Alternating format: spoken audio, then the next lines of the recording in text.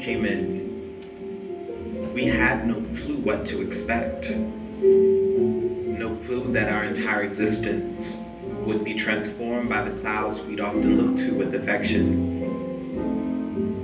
I cherish those days, a much simpler time, where we were free to dream, play, and imagine, looking up to the skies filled with unending potential and inspiration. Spinning and running, twirling and laughing, crashing down onto soft sands hand in hand with the weight of the world supporting us, not holding us down. Simpler days, easier times. I had no clue that the clouds which had painted our otherwise sunny and blue skies turned dark, heavy, strange. Strange clouds from a distant place that would change everything about this space we knew and called home. Strange clouds that would scatter us, sending us into isolation as we sought out shelter from impending despair. I had no clue.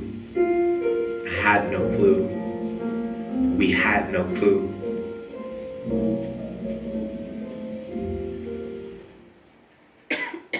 How do you measure the distance between yourself and a storm?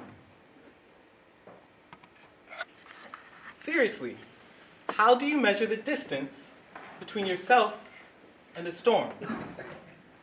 In school, we learned that to measure the distance between yourself and a storm, you have to count the seconds between the flash of lightning and the sound of thunder.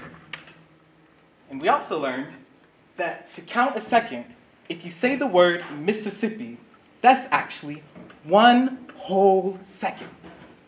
1 Mississippi, 2 Mississippi, 3 Mississippi, 4 Mississippi, 5 Mississippi, 6 Mississippi, 7 Mississippi, 8 Mississippi, 9 Mississippi, 10. I don't know why we have to say it that way, though. Mississippi? In school, they always make everything sound like a song or this melody. But I don't really mind it, though, because it makes it easier for everyone to be able to join in together. 1 Mississippi, come on. 2 Mississippi, 3 Mississippi, 4 Mississippi, 5 Mississippi, 6 Mississippi, 7 Mississippi, 8 Mississippi, 9 Mississippi, 10 Mississippi, 11 Mississippi, 12 Mississippi, 13 Mississippi, 14 Mississippi, 15 Mississippi. Good, we're good. Good, that's it. Yeah. So, they always make us do things like that. The other thing that they always make us do in school, we always have to clap out all of the syllables. And yeah, it's always a little bit annoying, but I think it's fun, especially when you count seconds with it. 1 Mississippi, 2 Mississippi, 3 Mississippi, 4 Mississippi, 5 Mississippi, 6 Mississippi, 7 Mississippi, 8 Mississippi, 9 Mississippi, 10 Mississippi, 11 Mississippi, 12 Mississippi, 13 Mississippi, 14 Mississippi, 15 Mississippi, 16 Mississippi, 17 Mississippi, 18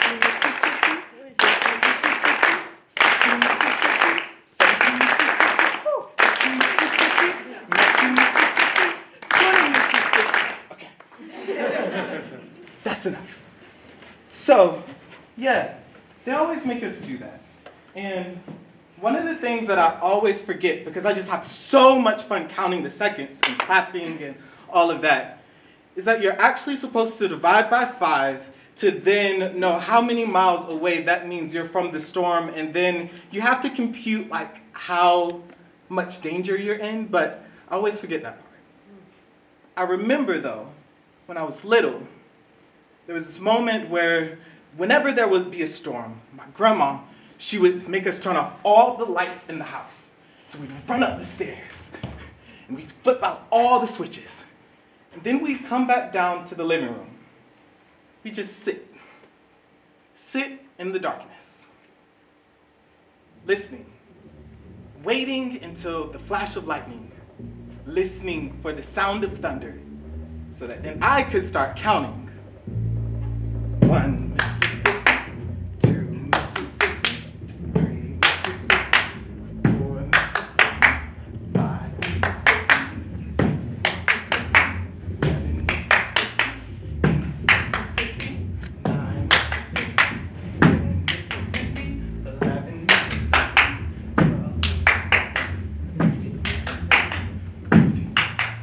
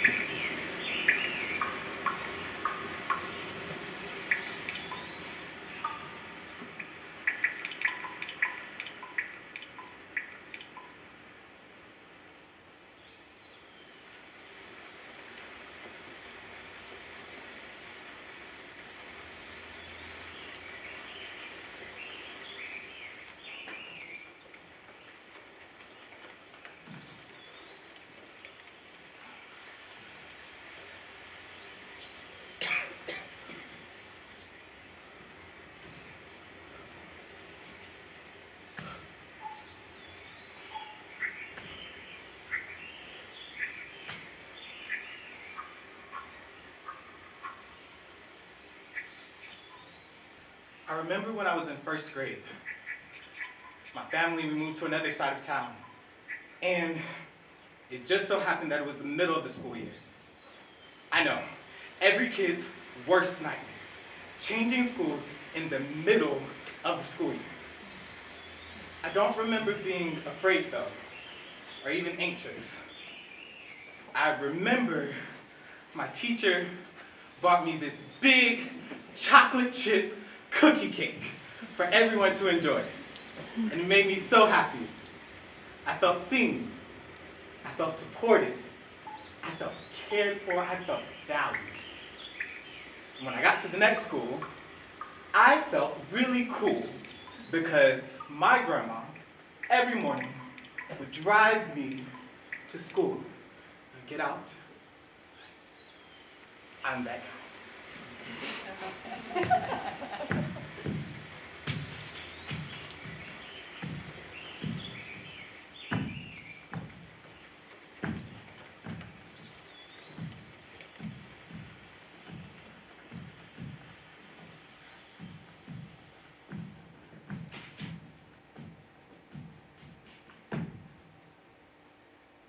2017, I graduated from Morehouse College, one of the leading historically black colleges and universities across the nation.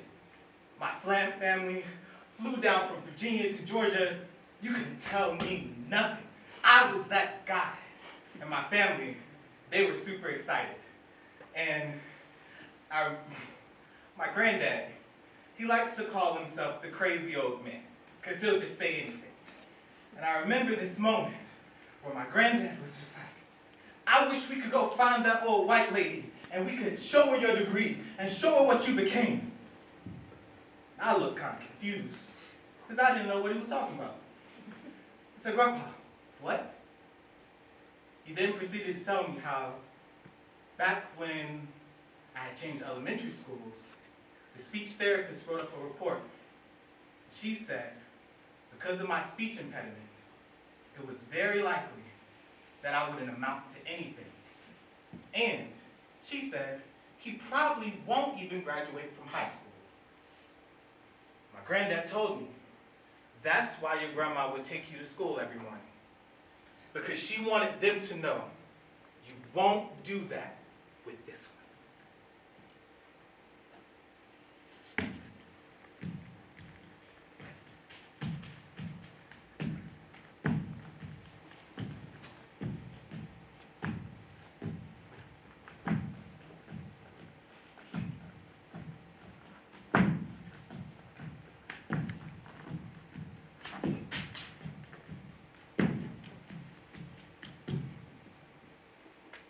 So a couple years later, we leave that school.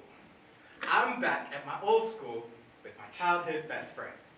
So it's great, because now we get to finish elementary school together, we go on to finish middle school together, and middle school is a special time, because when you're in 8th grade, you get to apply into specialized programs that will allow you to be able to go to another school to study. So, me being the big guy that I am, decided I want to apply for the International Baccalaureate Program, IB. And in order to do that, you have to get letters of recommendation from your teachers. So I went up to my science teacher, because at that time, science was my thing. I was in science club. Yeah, science was my thing. And I remember, he pulled me into his classroom. It was dark. I remember it was kind of cold too. And he was just like, you know, the IB program is for very special, very gifted children. And I can't write you a letter of recommendation. And I don't think that you should even bother with applying.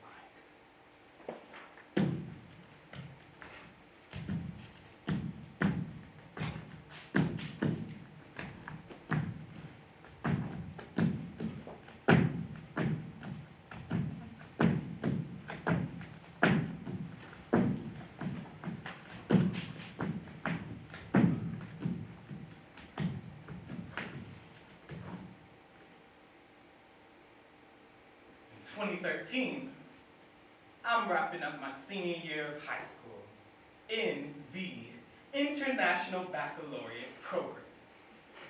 That dude.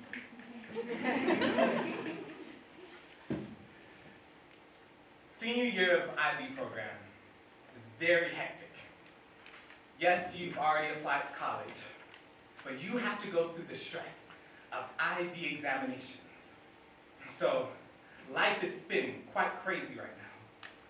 And I remember hearing the news that my childhood best friends at the school that I would have been going to, had I not moved, or not been into the IB program, they had received a letter, a racist letter, to their homes saying Black History Month is over.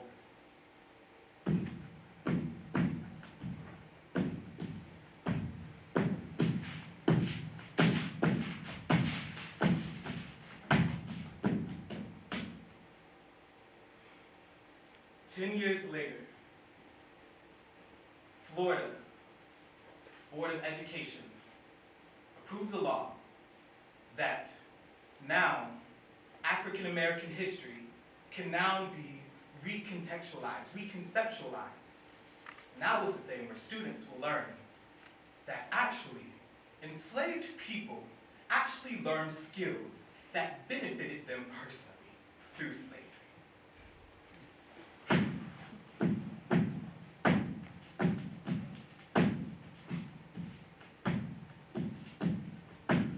Growing up in the education system at the time that I did, we were often taught that we were now living in a post-racial America. That the storms that we would learn about in history class were something quite distant and far away.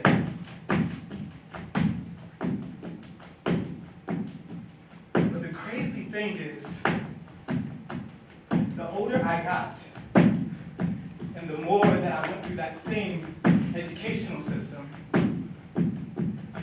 I realized that the storms weren't distant. They were actually still very much present and near. And if you've ever witnessed the magnitude of a storm, it makes you realize how small you are in comparison to it. It immobilizes you, cripples you. It makes you feel like there's nothing that you can do to change it. And it left me questioning, how can I quell the storm? How can I quell the storm? How can I quell the storm? How can I quell the storm? How can I quell the storm?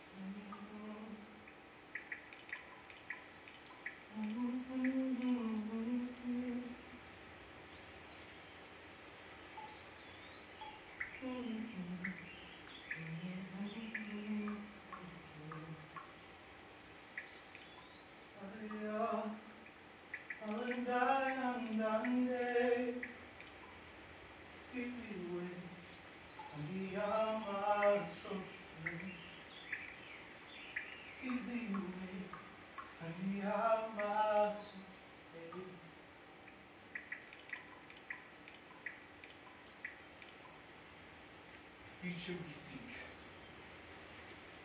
We do not have language for it. The courage we need. We need new visions to support.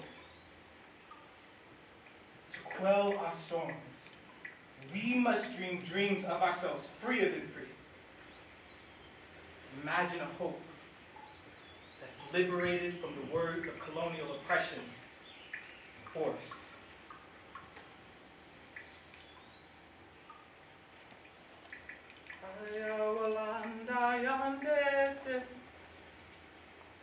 Sizi wayanda yite, aya walanda yandete. Sizi wayanda yite, aya wayanda yete. Sizi wayanda yende, aya wayanda yande, Sizi wayanda yende, aya wayanda yande, Sizi wayanda yende, aya wayanda yande. Sizi wayanda ite, sizi wayanda ite.